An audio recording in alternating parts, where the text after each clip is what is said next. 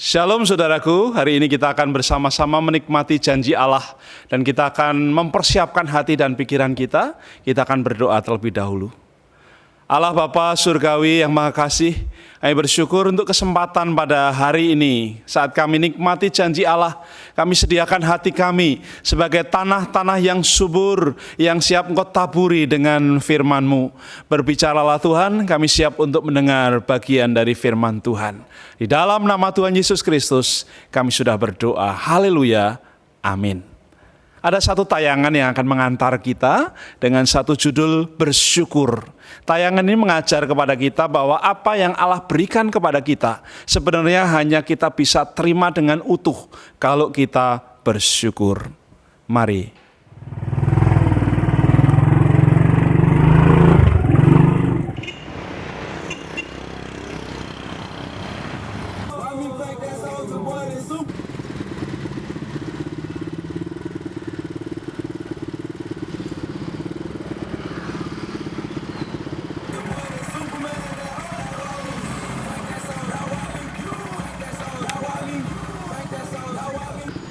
Andai saja aku punya mobil, pasti aku tak akan kepanasan. Dan sudahlah.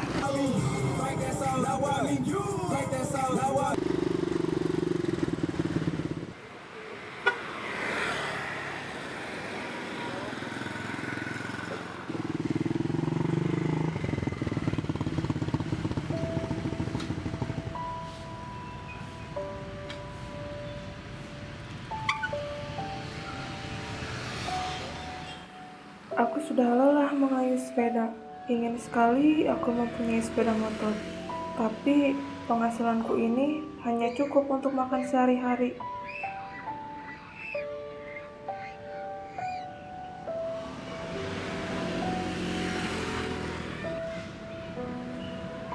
Seandainya aku punya sepeda, mungkin aku takkan sela ini berjalan kaki.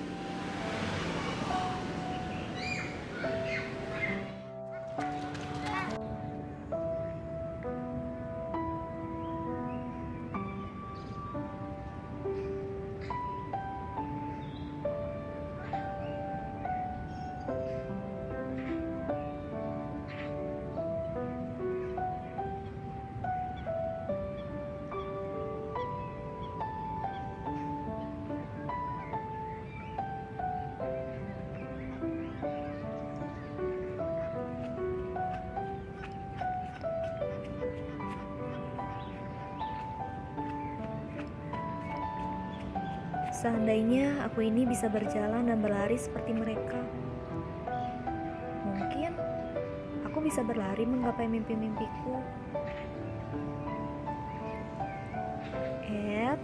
Tapi dengan keadaan seperti ini, aku harus bersyukur. Aku dapat melihat indahnya dunia, mendengar alunan merdu, dan menggoreskannya dalam lukisan.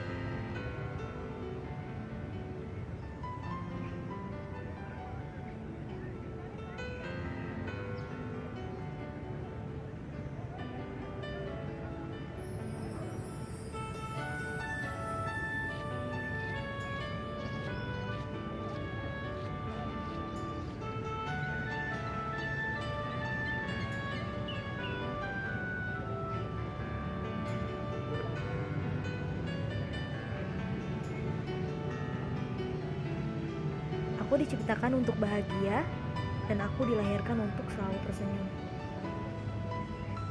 Tuhan menciptakan seseorang dengan keadaan yang berbeda-beda. Mungkin aku seperti ini karena Tuhan mempunyai suatu alasan. Tuhan memberi mereka fisik yang sempurna, tapi mereka lupa bahwa Tuhan memberikan hati untuk merasakan kebahagiaan.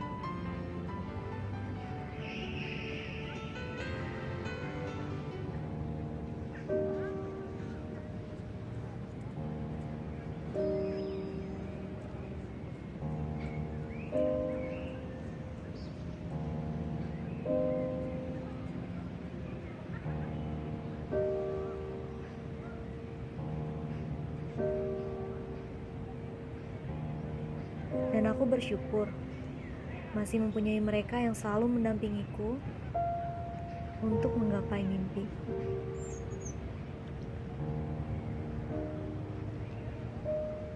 Kata orang gue tampan, tapi hati gue kosong. Dunia ini gak adil bagi gue. Lihat mereka memiliki kekurangan, tapi terlihat bahagia. Sedangkan gue memiliki segalanya, tapi semua gak berarti apa-apa.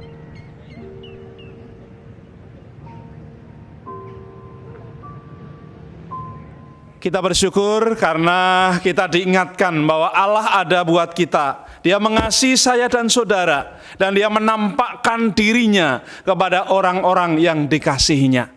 Sepanjang Yesus disalibkan, lalu Yesus bangkit dari antara orang mati, dan saat ini Dia menampakkan diri kepada orang-orang yang dikasihinya. Penampakan diri Allah sering disebut dengan teofani. Theos itu adalah Allah, dan panos artinya tampak.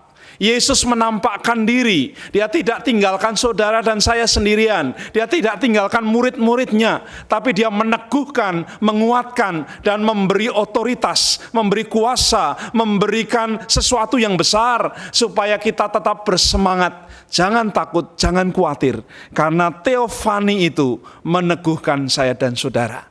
Dalam masa-masa Pentakosta, hampir 13 kali Yesus menampakkan diri, dan Alkitab mencatat di dalam Lukas pasal 24 ayat yang ke-36 sampai dengan ayat yang ke-49, di mana Yesus menjumpai murid-muridnya.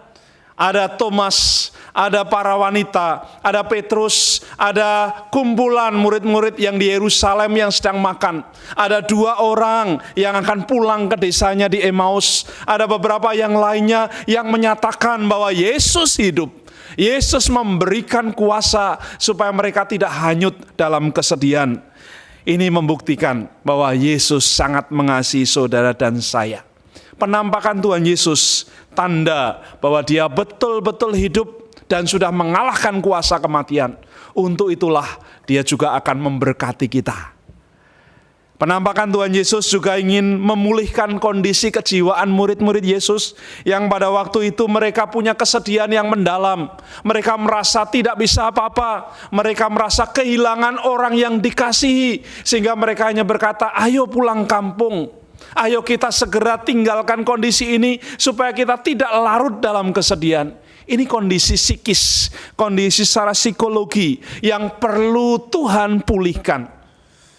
Dan penampakan Tuhan Yesus sebenarnya mengingatkan saya dan saudara supaya kita bertanggung jawab. Yesus berpesan kepada murid-murid supaya mereka tidak pergi kemana-mana. Mereka harus berkumpul, mereka harus berdoa, mereka harus bersekutu, mereka harus senantiasa kuat secara rohani, dan tetap tinggallah di rumah di Yerusalem. Di bait Allah, mereka bersehati, mereka mendoakan, mereka melayani. Dan saat itulah Yesus meneguhkan mereka. Satu kata, tiap kali Yesus menemui orang-orang, Dia berkata, "Damai sejahteraku bagimu sekalian." Damai sejahtera itu damai yang melampaui segala akal. Damai sejahtera itu adalah damai yang membuat kita teguh, yang membuat kita semangat, yang membuat saudara memberikan kuasa tanpa ragu-ragu. Sehingga saat saya dan saudara menghadapi masalah, dalam gambaran kitab suci, mereka tetap tegar di masa-masa yang sukar. Walaupun masa sulit, mereka tidak terjepit, selalu ada kesempatan untuk mereka memberitakan kabar baik kepada orang-orang. Dan hari ini kita akan belajar apa kuasa yang Yesus berikan saat dia menampakkan diri kepada murid-muridnya, saat dia teofani kepada murid-muridnya. Yang pertama di sana dikatakan kepada kita dalam Lukas pasal 24 ayat yang ke-36, dia katakan seperti ini. Dan sementara mereka bercakap-cakap tentang hal-hal itu, Yesus tiba-tiba berdiri di tengah-tengah mereka dan berkata kepada mereka, "Damai sejahtera bagi kamu." Mereka terkejut dan takut dan menyangka bahwa mereka melihat hantu. Ayat ini meneguhkan. Saat Yesus menemui mereka, Yesus memunculkan damai sejahtera saat mereka takut. Saat mereka khawatir, saat mereka tidak punya daya apapun, Yesus datang dan berkata, "Damai sejahteraku bagimu." Apa sesungguhnya damai sejahtera yang dibawa Yesus? Apakah sama dengan saudara ketika sedang berantem dengan orang lain, lalu berkata, "Kita damai saja ya"? Atau ketika saudara menyaksikan kecelakaan dan orang-orang berkata, "Daripada nanti urusannya panjang, ayolah damai saja"? Apakah damai-damai seperti itu yang Yesus bawa? Ternyata penampakan Tuhan Yesus lebih dari sekedar damai-damai itu. Yesus katakan, "Damai sejahteraku, damai yang melampaui segala akal, damai yang utuh, damai yang holistik, itu yang aku berikan kepada kamu sekalian."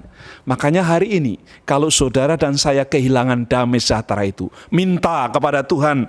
Dan Tuhan mau katakan damai sejahtera yang melampaui segala akal itulah yang akan membawa saudara kuat. Thomas, seorang yang ragu-ragu, sejak jadi murid Yesus sampai ditinggal Yesus, sampai dia akan menjadi rasul, selalu dia ragu-ragu. Waktu Yesus menampakkan diri kepada dia, dia pun masih bertanya, "Kalau memang engkau betul Tuhan, tolong ulurkan tanganmu yang berlobang itu, supaya aku bisa memegang tangan itu, memegang kaki yang berlobang paku itu, dan aku baru percaya." Dan Yesus katakan, "Peganglah." Saudaraku, mungkin kita peragu seperti Thomas. Dan kita perlu menjamah, kita perlu berjumpa dengan Allah. Lakukan itu dalam damai. Petrus, seorang yang luar biasa, yang frontal, yang vokal, yang suaranya kenceng. Saat Yesus menemui dia, dia berkata, "Tuhan, jangan hanya kakiku yang dibasuh, tapi juga seluruh tubuhku." Dan Yesus berkata, "Petrus, kalau engkau dibasuh semuanya, itu tanda bahwa orang sudah meninggal. Tapi kalau saudara dan saya seperti Petrus, kita diberikan damai." Petrus memang membayar harga. Di kisah-kisah berikutnya, ketika Petrus menerima kuasa itu, dia berkata, "Aku lebih mengasihi Allah, lebih taat kepada Allah daripada kepada manusia." Karena dia memegang perkataan Yesus dalam damai sejahtera itu. "Hai Petrus, di atas batu karang inilah aku akan mendirikan jemaatku. Apa yang kamu buka akan terbuka, apa yang kamu kunci akan terkunci." Dan Petrus berkata, "Jadilah menurut kehendakmu." Petrus adalah pemimpin rasul-rasul sesudah Tuhan Yesus tidak ada. Petrus meneguhkan iman, Petrus menguatkan. Dan di dalam Yakobus 1 ayat yang ke-6 sampai ke-8, di sana dituliskan kepada kita, kalau saudara dan saya mulai kehilangan damai sejahtera, mulai hati kita ragu-ragu, mulai hati kita cemas, mintalah kepada Tuhan damai itu, dan Dia akan berikan seperti di dalam Yakobus ini. Tuhan rindukan kita terima kuasa penampakannya, supaya kita mengalami damai sejahtera sejati. Yang kedua, kuasa apa yang mau Tuhan kerjakan di dalam hidup kita? Kembali dalam Lukas pasal 24 ayat yang ke-44. Di sana dikatakan kepada kita, dalam tayangan ini Tuhan mau katakan kepada kita, Ia berkata kepada mereka, "Inilah perkataanku yang telah kukatakan kepada kamu ketika aku masih bersama-sama dengan kamu, yakni bahwa harus digenapi semua yang ada tertulis tentang aku dalam kitab Taurat Musa dan kitab nabi-nabi dan kitab Mazmur. Ini menarik. Karena ketika Yesus menampakkan diri, dia bukan berbicara tentang dirinya, dia bukan berbicara tentang manusia, dia bukan berbicara tentang masalah-masalah, tetapi dia berbicara tentang jawaban Allah atas persoalan, jawaban Allah atas ramalan, jawaban Allah atas nubuatan-nubuatan. Dan Yesus berkata bahwa Allah sedang menggenapi perkataannya. Di dalam ayat yang ke-44 ini dikatakan, ia sedang menggenapi apa yang dia katakan. Saudaraku, hari-hari ini penggenapan Tuhan atas dunia sedang terjadi. Di dalam kitab Matius pasal 24, dalam kitab Daniel, bahkan kitab Wahyu, akan terjadi masa-masa sulit di akhir zaman. Akan terjadi peperangan-peperangan yang di luar pikiran kita. Mungkin kita berpikir bahwa peperangan kita mengangkat senjata atau melempar granat atau melempar apapun. Ternyata peperangan kita bukan seperti itu. Hari-hari ini kita sama menghadapi peperangan, yaitu pandemi COVID. Tentu kita nggak pernah berpikir, tapi ini ada sesuatu yang Allah mau kerjakan dalam hidup kita.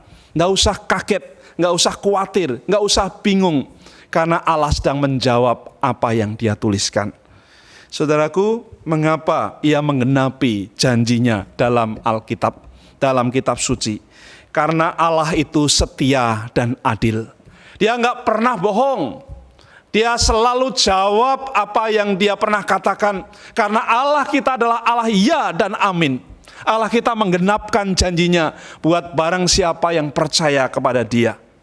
Rencana dan rancangan Allah itu adalah yang terbaik buat saudara dan saya. Allah berkata di dalam beberapa ayat, khususnya Efesus pasal 4 ayat 13 dan ayat yang ke-14. Sudah lihat di tayangan di sana, Tuhan berkata kepada kita, kalau kita perlu memiliki pengetahuan yang baik, yang benar, supaya kita tidak gampang diombang-ambingkan. Ada banyak berita-berita yang tidak benar, ada banyak berita-berita yang menyesatkan. Kita hari ini menyebutnya dengan hoax. Tapi Alkitab berkata berita-berita itu adalah berita-berita yang dusta, berita yang palsu. Itu akan terus terjadi, akan terus menggelontor saudara dan saya supaya kita goyah. Tapi hari ini Tuhan berkata, waktu dia menampakkan diri kepada manusia, dia teguhkan janji Tuhan. Aku menyertai kamu senantiasa sampai kepada akhir zaman. Itulah janjinya buat saya dan saudara. Makanya ketika Tuhan menggenapinya, supaya kita makin mengerti isi kitab suci, supaya kita makin belajar di sana, supaya kita makin mengerti apa yang Allah mau kerjakan dalam hidup kita. Karena itu bacalah kitab suci saudara. Karena itu renungkan kitab suci saudara. Karena itu hidupi kitab suci saudara dan perkatakan kitab suci itu. Kalau perlu nubuatkan, Allah berbicara kepada saya dan saudara tentang perkataannya dalam kitab suci. Allah sering kali dan berulang kali dia mengingatkan manusia supaya jangan takut dan gentar. Karena semuanya itu sudah tertulis dan kita sedang menyimaknya dalam bukunya, yaitu Alkitab. Semua digenapi, semua digenapi. Dan hari-hari ini penggenapan itu Tuhan sedang kerjakan. Makanya ketika Tuhan izinkan kita ada pada masa-masa ini, artinya dia sudah lengkapi kita dengan perlengkapan senjata Allah. Dengan ketopong iman kita, dengan perisai iman kita, dengan pedang firman Allah, dengan baju sirah iman, semuanya Tuhan lengkapkan kepada kita, supaya kita menyongsong kedatangannya dengan siap. Jangan letakkan perlengkapan saudara, jangan tanggalkan perlengkapan saudara, karena saudara akan menghadapi situasi yang gak gampang. Saudara akan didera dengan banyak hal, tapi percayalah Allah menyertai memberkati kita sekalian. Itulah kuasa yang kedua. Kuasa yang ketiga di sana dituliskan untuk saya dan saudara di ayat yang ke-45 sampai dengan ayat yang ke-47 dalam Lukas pasal 24 yang bunyinya seperti ini. Lalu ia membuka pikiran mereka sehingga mereka mengerti kitab suci. Katanya kepada mereka, ada tertulis demikian. Mesias harus menderita dan bangkit dari antara orang mati pada hari yang ketiga. Dan lagi dalam namanya, dalam nama Tuhan, berita tentang pertobatan dan pengampunan dosa harus disampaikan kepada segala bangsa mulai dari Yerusalem. Saudara sekalian, hari-hari ini Tuhan mau kerjakan bagiannya. Bagian saudara adalah membaca firman Tuhan. Bagian saya dan kita semua adalah menikmati firman Tuhan. Dan bagiannya Allah adalah membuka pikiran kita. Supaya hal-hal yang sulit dalam bacaan itu, Roh Kudus akan berikan penerangan. Supaya pikiran kita terang, supaya hati kita terang dan gampang membaca tanda-tanda zaman. Hari-hari akhir sudah diambang pintu. Tapi Allah sudah memberikan tanda-tanda dan tanda-tandanya itu jelas. Persoalan-persoalan, kondisi-kondisi, perasaan-perasaan sering menutupi pikiran kita. Rasa sakit sering membuat kita kehilangan akal kita. Penderitaan, cercaan, mungkin ejekan membuat kita jadi kecil dan tidak lagi punya pengharapan bersama dengan Allah. Tapi Tuhan berkata dengan penampakannya saat menunggu Pentakosta, Dia mau teguhkan. Pikiran kita dibuka, hati kita dibuka, supaya jelas terima suara Allah. Ini yang disebut dengan perjumpaan dengan Allah. Perjumpaan dengan Allah ini akan membuka mata rohani kita, membuka hati saya dan saudara, supaya makin melekat kepada Allah, makin bergantung kepada Allah. Dan jangan khawatir, kalau orang bergantung kepada Allah, kita itu gampang dengan cepat diselamatkan oleh Allah. Allah tidak perlu cari-cari kemana kita. Bahkan mungkin ketika kita tidak ada di tempat, Allah bingung, ini kemana orang yang aku kasih. Tapi kalau kita melekat kepada Allah, tangan kita segera digandeng Allah dan melewati masa-masa sulit ini dengan kemenangan bersama dengan Allah. Dalam 2 Tawarikh pasal yang ke-7 ayat yang ke-14 dan 15, di sana dikatakan, dan umatku yang atasnya merendahkan diri, berdoa dan mencari namaku, mereka sujud menyembah kepadaku, maka Allah di tempat yang maha tinggi akan memasang telinganya buat saudara dan saya, akan memasang hatinya untuk mendengar pergumulan kita. Ini berbicara tentang kepekaan rohani. Ini berbicara tentang bagaimana kita orang-orang percaya semakin kuat, semakin melekat dan jadi berkat. Kalau saya dan saudara tidak mendekat kepada Allah, maka yang terjadi, kita akan dihempas oleh masalah. Kita akan dihempas oleh kekhawatiran, kita akan dikacaukan oleh kondisi-kondisi ini. Dan perasaan kita terombang-ambing oleh berita-berita yang tidak benar. Medsos akan membuat kita jadi kehilangan kuasa Allah. Terlalu sering kita mengamati, mungkin akan kehilangan fokus yang sebenarnya. Allah sedang izinkan kita melihat masalah-masalah dalam konteks dunia yang besar. Kita menghadapi perjuangan yang sama. Pandemi ini bukan hanya orang Indonesia, tapi seluruh dunia menghadapi. Tapi Allah izinkan orang-orang pilihannya melewati dengan iman yang besar. Itulah saudara dan saya. Punya iman yang kuat, itulah yang Tuhan harapkan.